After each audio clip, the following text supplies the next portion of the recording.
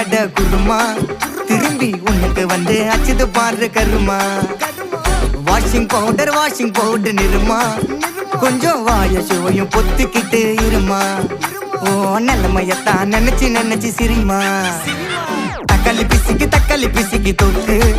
மொக்க வாங்கிட்டடா செவுத்த போய் நக்கு ஐபிஎல் கப்பு நான் வாங்கி தரேன் லாலிபப்பு சப்பு நீ சோத்துல தான் போடுறியா உப்பு அப்போ இப்படி இருந்த நீ இப்போ இப்படி ஆயிட்ட ரொம்ப மாசு காட்டினவன் இப்போ ஃபியூஸ் போயிட்ட அடையில் ஒரு வாழ்க்கையும் நாரும் எட்டி பார்த்தா உன் கருத்தை வேணாண்டா கொஞ்சம் மூடுறாங்க